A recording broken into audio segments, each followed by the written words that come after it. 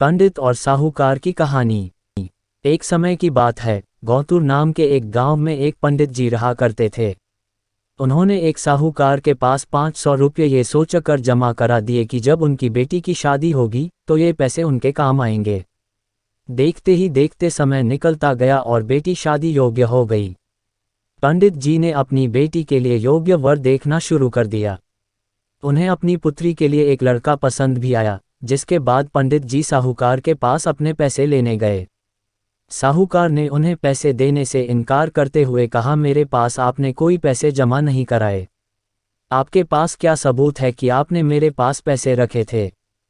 क्या आपके पास उसका कोई लिखित प्रमाण है? साहूकार की ये बातें सुनकर पंडित जी परेशान हो जाते हैं और वे समझ जाते हैं कि साहूकार ने उनके पैसे हड़प लिए हैं। एक दिन पंडित जी मंदिर से घर लौट रहे थे, तभी उनके दिमाग में विचार आया कि उन्हें उस साहूकार की शिकायत राजा से करनी चाहिए। हो सकता है राजा इस परेशानी का कोई हल निकाल दें। पंडित जी बिना देरी किए राजा से मिलने के लिए पहुंच गए और वहां जाकर उन्होंने अपनी परेशानी राजा के सामने रखी। पंडित जी की बात सुनकर राजा ने कहा कि कल नगर के लिए हमारी सवारी निकलेगी, तुम उस समय उस साहूकार की दुकान के सामने जाकर खड़े हो जाना। राजा की बात सुनकर पंडित जी अपना झोला उठाकर घर को निकल गए। अगले दिन राजा की सवारी निकली। नगरवासियों ने उन्हें फूलों की माला पहनाई व आरती उतारी। पंडित जी राजा के कहे अनुसार उस दुकान के सामने खड़े हो गए। राजा की सवारी साहूकार की दुकान के सामने आई तो राजा ने पंडित जी को देखाकर प्रणाम किया और उनसे कहा कि आप यहाँ क्या कर रहे हैं? आप हमारे गुरु हैं, आप हमारे साथ बग्घी में चलिए। पंडित के बग्घी में बैठने के बाद साहूकार ने राजा की पूजा की और उन्हें फूलों की माला पहनाई। उसके बाद राजा की बग्घी आगे बढ़ गई। पंडित जी को कुछ दूर आगे जाने के बाद राजा ने बग्घी से उतार दिया और बोला कि मैंने अपना काम कर दिया है, अब आगे देखो क्या होता है।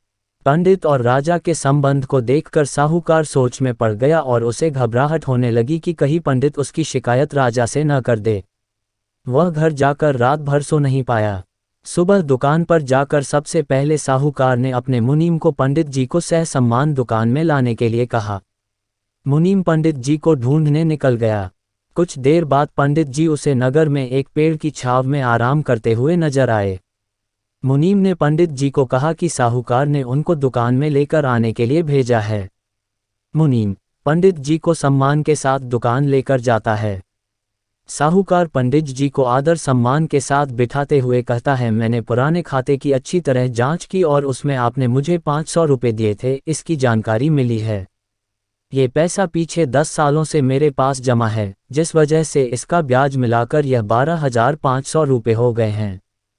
फिर साहूकार उन्हें 13,500 रुपये देता हुए कहता है कि आपकी बेटी मेरी भी बेटी की तरह है, तो ये 1,000 रुपये मेरी तरफ से उसकी शादी के लिए हैं। साहूकार ने पंडित जी को 13,500 रुपये देकर बड़े ही प्रेम के साथ विदा किया। इस तरह पंडित जी को उनके अपने पैसों के साथ ही उसका ब्याज और शादी के लिए साहूकार की तरफ से 1,000 रुपये अतिरिक्त मिल गए। कहानी से सीख, अगर कोई किसी को परेशान कर रहा है तो उसके सामने गिड़गिड़ाने की बजाय ऐसे व्यक्ति से मदद मांगे जो इस समस्या से उसे निकाल सकता है।